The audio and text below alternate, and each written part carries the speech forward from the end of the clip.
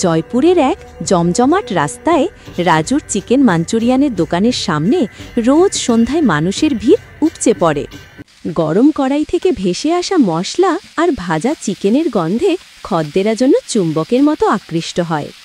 আগুনের আঁচে কড়াই নেড়ে রাজু তার অনবদ্য ভঙ্গিতে খদ্দেরদের ডেকে চলেছে তার সুস্বাদু মাঞ্চুরিয়ানের স্বাদ নিতে।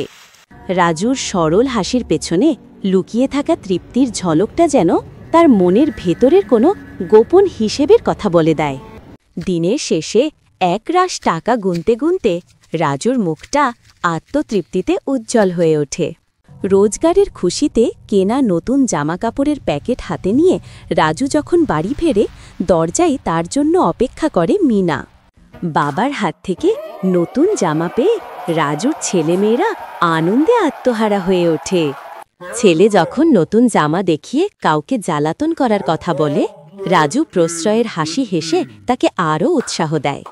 এরপর রাজু মিনার দিকে একটা সুন্দর শাড়ি বাড়িয়ে দিলেও মিনার মুখে কোনো খুশির ছাপ দেখা যায় না। ঘরের আনন্দের মাঝেও মিনার চোখ দুটো গভীর দুশ্চিন্তা আর আশঙ্কায় ভরা ছিল। মিনা অনুনয়ের সুরে রাজুকে বোঝানোর চেষ্টা করে যে বাসি চিকেন ব্যবহার করাটা কত বড় অন্যায়। রাজু বিরক্ত হয়ে মিনার কথা উড়িয়ে দিয়ে বলে যে খদ্দেররা শুধু স্বাদ বোঝে, টাটকা বা বাসি নয়। প্রায় কেঁদে ফেলে মিনা বলে যে ভালো জিনিসের বিশ্বাসে আসা মানুষগুলোর সাথে সে এভাবে প্রতারণা করতে পারে না। রাজু রেগে গিয়ে চিৎকার করে বলে যে ব্যবসায় লাভ করতে হলে এসব করতেই হয়, আর সবই তো সে ছেলেমেয়েদের মুখের হাসির জন্যই করছে। কিছুদিন পরেই দেখা গেল রাজুর চিকেন মাঞ্চুরিয়ানের দোকানের পাশেই ভেজ মাঞ্চুরিয়ানের একটা নতুন ঠেলাগাড়ি বসেছে। রাজু তার সহকারীকে নতুন ভেজ মাঞ্চুরিয়ানের ব্যবসাটা বুঝিয়ে দিচ্ছিল, যা তার লাভের অঙ্ক আরও বাড়িয়ে দেবে। একজন নিরামিষভোজী মহিলা স্বস্তির হাসি হেসে রাজুকে বলেন যে যাক, এবার তিনিও রাজুর হাতের মাঞ্চুরিয়ান চেখে দেখতে পারবেন। রাজু আত্মবিশ্বাসের সাথে মহিলাকে আশ্বস্ত করে তার সহকারীকে 1 প্লেট ভেজ মাঞ্চুরিয়ান বানাতে ইশারা করে। প্রথম কামড়েই মহিলার মুখে একটা তৃপ্তির ছাপ ফুটে ওঠে, যা দেখে রাজুর লোভী মনটা আরও ফুলে ওঠে। বাড়িতে ফিরে দ্বিগুণ টাকা গুনতে গুনতে রাজুর চওড়া হাসিটা যেন আর ধরছিল না। টাকার বান্ডিল দেখিয়ে রাজু যখন গর্ব করে নিজের চালাকির কথা বলে, মিনা নীরবে মুখ ঘুরিয়ে নেয়।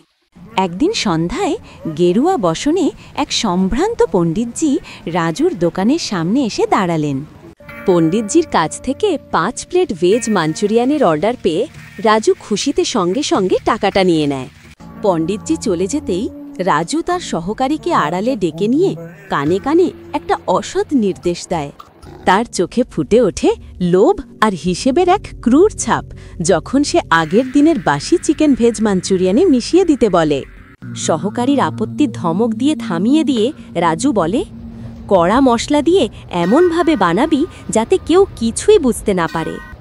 অনিচ্ছা সত্ত্বেও পাপের ভয়ে আর বিবেকের দংশনে সহকারী সেই বাসি চিকেন সবজির সাথে মেশাতে থাকে। পরের দিনই খবর আসে পণ্ডিতজি আর তার অতিথিরা পেটের যন্ত্রণায় ছটপট করছেন। রাজু ব্যাপারটা হালকা করার চেষ্টা করে বলে, আরে চিকেন অতটা বাসি ছিল না, হয়তো হজমের সমস্যা হয়েছে।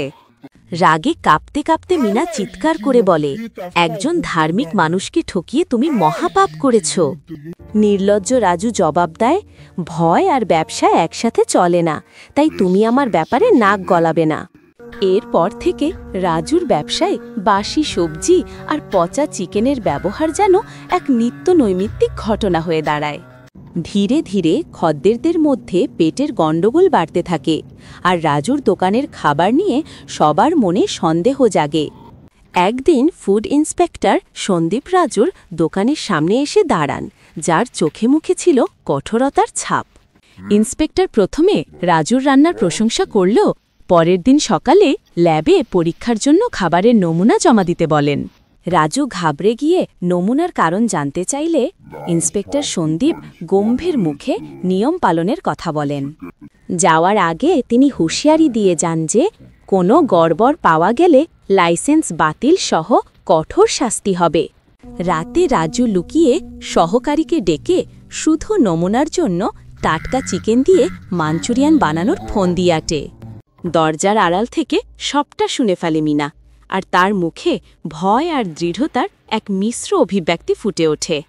মিনার আপত্তিতে রাজু চিৎকার করে বলে যে সে যা করছে পরিবারের জন্যই করছে, কারণ টাকাই সব।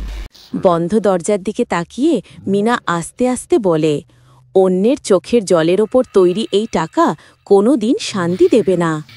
পরের সন্ধ্যায় রাজু আবার আগের মতোই আত্মবিশ্বাসের সাথে তার দোকানে খদ্দের সামলাচ্ছিল, কিন্তু বিষ মেশানোর অভিযোগে রাজু আতঙ্কে জমে যায়, আর তার মুখ থেকে বেরোয় এক দুর্বল প্রতিবাদের স্বর। মুহূর্তের মধ্যে ক্ষুব্ধ জনতা প্রচণ্ড আক্রোশে রাজুর উপর ঝাঁপিয়ে পড়ে। উত্তেজিত জনতার মারের সামনে রাজুর সব দম্ভ আর চালাকি চূর্ণ বিচূর্ণ হয়ে যায়।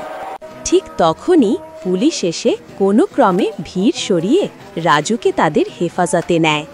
হাজতের এক কোণে বসে থাকা ফোলা লাল চোখের রাজুকে দেখে মনে হচ্ছিল সে যেন এক মুহূর্তে সর্বশান্ত হয়ে গেছে। একজন পুলিশ অফিসার এসে জানায় যে অসুস্থ শিশুটি এখন ঠিক আছে, তবে ফুড পয়জনিং বেশ মারাত্মক ছিল। এরপর মিনা থানায় আসে। তার শান্ত মুখের পেছনে ছিল গভীর বিষাদের ছায়া। মিনা শান্তভাবে বলে, তোমার লোভের ফল আজ তুমি পেয়েছ, আর দেখো তোমার জমানো টাকাও আজ তোমাকে বাঁচাতে পারল না। রাজু কান্নায় ভেঙে পড়ে আর লজ্জায় মাথা নিচু করে স্বীকার করে যে লোভ তাকে অন্ধ করে দিয়েছিল। মিনা তার কাঁধে হাত রেখে বলে, এই 6 মাসটাকে শাস্তি না ভেবে শিক্ষা হিসেবে নাও, আর নতুন করে সৎভাবে সব শুরু করো। ইন্সপেক্টর সন্দীপ সরকারি কাগজ দেখিয়ে রাজুকে তার লাইসেন্স বাতিল এবং 6 মাসের নিষেধাজ্ঞার কথা জানিয়ে দেন।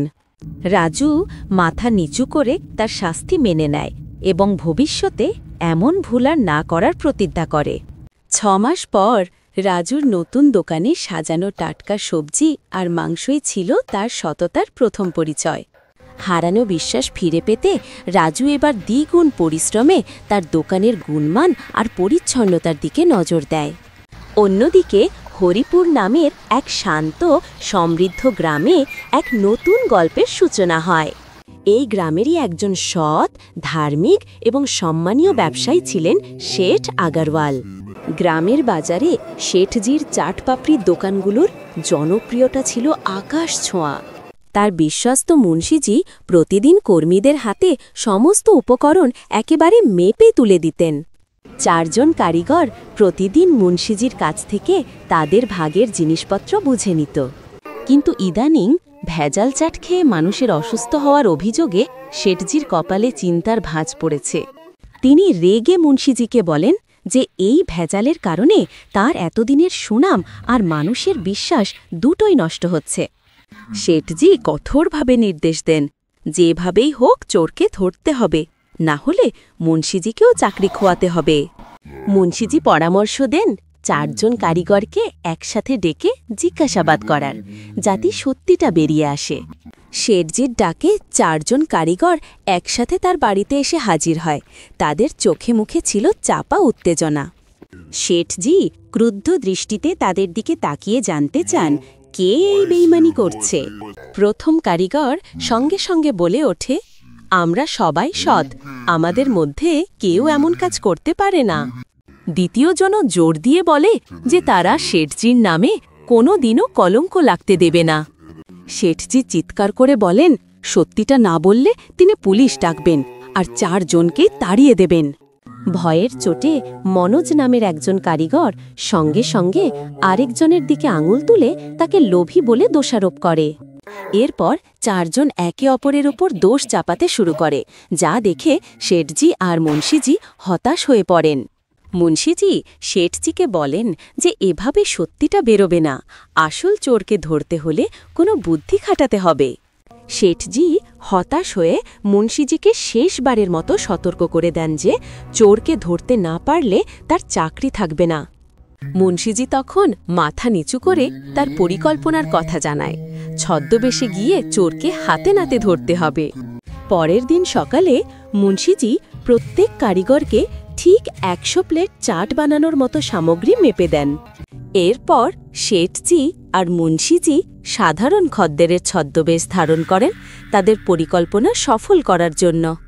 ছদ্মবেশে তারা দুজন বাজারের ভিড়ে মিশে গিয়ে কারিগরদের দোকানগুলো খুঁজতে থাকেন।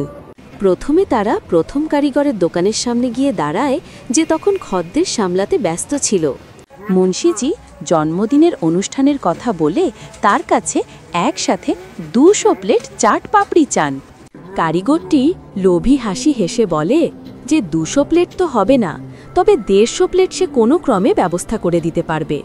শেঠজি শান্ত কিন্তু তীক্ষ্ণ দৃষ্টিতে তার দিকে তাকিয়ে জিজ্ঞাসা করেন, তাহলে কি 150 প্লেট এখনই পাওয়া যাবে? মুন্সিজি নরসনো সন্দেহ প্রকাশ করে জানতে চান যে চাটে কোনো ভেজাল মেশানো নেই তো? কারিগরটি বুক ফুলিয়ে মিথ্যে বলে যে তার চাট সবচেয়ে খাঁটি আর সেরা। তারা 150 প্লেটের পুরো দাম দিয়ে সেখান থেকে চলে আসে, কিন্তু তাদের চোখে ছিল লোকটির প্রতি সতর্ক দৃষ্টি। এরপর তারা দ্বিতীয় কারিগরের দোকানে গিয়েও ঠিক একইভাবে 200 প্লেট চাট চায়। দ্বিতীয় জনও লোভ সামলাতে না পেরে 150 প্লেট চাট দিতে রাজি হয়ে যায়। তার থেকেও 150 প্লেট কিনে নিয়ে তারা তৃতীয় কারিগরের দোকানের দিকে এগিয়ে যায়। এবার তারা মনোজের দোকানে পৌঁছায়, যে ঝগড়ার সময় সবচেয়ে বেশি চিৎকার করেছিল। মনোজের লোভ ছিল সবচেয়ে বেশি। সে গর্বের সাথে বলে যে সে 250 প্লেট চাট দিতে পারবে। তার কথা শুনে শেঠজি অবাক হলেও শান্তভাবে তাকে 200 প্লেটই প্যাক করতে বলেন। মনোজের কাছ থেকে 200 প্লেট চাট নিয়ে তারা দ্রুত চতুর্থ এবং শেষ দোকানের দিকে রওনা হয়। অবশেষে তারা মুরুলির দোকানে পৌঁছায়, যে শান্তভাবে নিজের কাজ করে যাচ্ছিল। শেঠজি তাকেও একই প্রশ্ন করেন, সে কি 200 প্লেট চাট দিতে পারবে? মুরুলির সততার সাথে জানায় যে তাকে 100 প্লেটের জিনিস দেওয়া হয়েছে, তাই সে এর বেশি দিতে পারবে না। তার সততায় মুগ্ধ হয়ে শেঠজি আর মুন্সিজি মৃদু হেসে তার কাছ থেকে 100 প্লেট চাট কিনে নেয়। সব মিলিয়ে মোট 600 প্লেট চাট নিয়ে তারা যখন ফিরছিল, তাদের হাতে ছিল চোরকে ধরার অকাট্য প্রমাণ। শেঠজি অবাক হয়ে মুন্সিজিকে জিজ্ঞাসা করেন, এত চাট কেনার আসল উদ্দেশ্যটা কি? মুন্সিজি বিজয়ীর হাসি হেসে বলেন, যাদের 100 প্লেটে জিনিস দেওয়া হয়েছে তারা তার বেশি বিক্রি করল কি করে? মুন্সির বুদ্ধির তারিফ করে শেঠজি বুঝতে পারেন যে মনোজই ছিল সবচেয়ে বড় বেঈমান। মুন্সিজি মনে করিয়ে দেন যে আসল প্রমাণটা পাওয়া যাবে যখন তারা দিনের শেষে হিসেব জমা দেবে। তারা ছদ্মবেশেই বাড়ি ফেরে, আর ঠিক তখনই 4 জন কারিগর তাদের দিনের হিসেব নিয়ে হাজির হয়। প্রথম কারিগরটি খুব উৎসাহের সাথে তার সারাদিনের রোজগার শেঠজির হাতে তুলে দেয়। দ্বিতীয় জনও কোনো ভাবান্তর ছাড়াই তার ভাগের টাকা জমা দেয়। মনোজ গর্বের সাথে টাকা জমা দিয়ে বলে যে আজ তার ব্যবসা খুব ভালো হয়েছে। মুরুলি তার টাকা জমা দিয়ে শান্তভাবে জানায় যে একজন খদ্দেরই তার সব চাট কিনে নেওয়ায় বিক্রি কম হয়েছে। শেঠজি টাকাগুলো নিয়ে মুন্সিজিকে ইশারায় খাতাগুলো পরীক্ষা করতে বলেন। খাতা দেখে মুন্সিজি বলেন, এখানে তো মাত্র 400 প্লেটের হিসেব আছে, কিন্তু বিক্রি তো হয়েছে 600 প্লেট। শেঠজি এবার হেসে আসল সত্যিটা ফাঁস করে দেন যে সেই বড় খদ্দের আসলে তিনিই ছিলেন। সত্যিটা সামনে আসতেই 3 জন দোষী কারিগরের মুখ ভয়ে ফ্যাকাশে হয়ে যায়। শেঠজি কঠোর স্বরে বলেন, তোদের লোভের জন্য তোরা মানুষের জীবন নিয়ে খেলা করেছিস। শুধু তাই নয়, তারা অতিরিক্ত বিক্রির টাকাটাও লুকিয়ে নিজেদের পকেটে ভরার চেষ্টা করেছিল। এরপর তিনি মুরলির সততার পুরস্কার হিসেবে তাকে 4টে দোকানেরই পর্যবেক্ষক বানিয়ে দেন। আর বাকি 3 জনের দিকে ফিরে তিনি বলেন, তাদের লোভের শাস্তি এবার পুলিশ দেবে। 3 জনই তখন শেঠজির পায়ে পড়ে কান্নাকাটি করে তাদের ভুলের জন্য ক্ষমা চাইতে থাকে।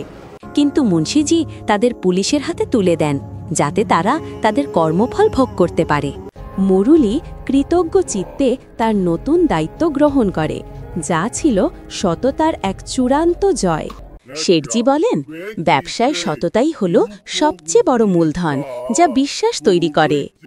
নতুন দায়িত্ব পেয়ে মুরলি পুরী নিষ্ঠার সাথে নতুন কর্মীদের কাজের তদারকি শুরু করে। মুন্সিজি আর মুরলি যখন হিসেবের খাতা মেলায়, তাদের মুখে ফুটে ওঠে সৎ ব্যবসার তৃপ্তি।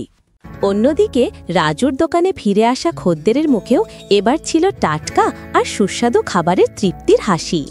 দূর থেকে রাজুর সৎ পরিশ্রম দেখে মিনার চোখের দুশ্চিন্তা বদলে গিয়েছিল শান্তি আর গর্বে।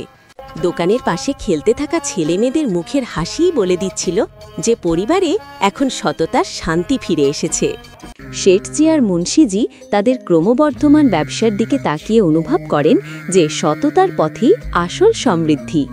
এখন তাদের দোকানের প্রতিটা প্লেট ছিল বিশুদ্ধতা আর বিশ্বাসের প্রতীক। বাড়িতে রাজু আর মিনার সম্পর্কও ফিরে এসেছিল সততার কারণে হারানো বিশ্বাস আর শান্তি। সেই বাজারের বাতাসে এখন শুধু খাবারের গন্ধই নয়, ছিল সততা আর বিশ্বাসের সুবাস।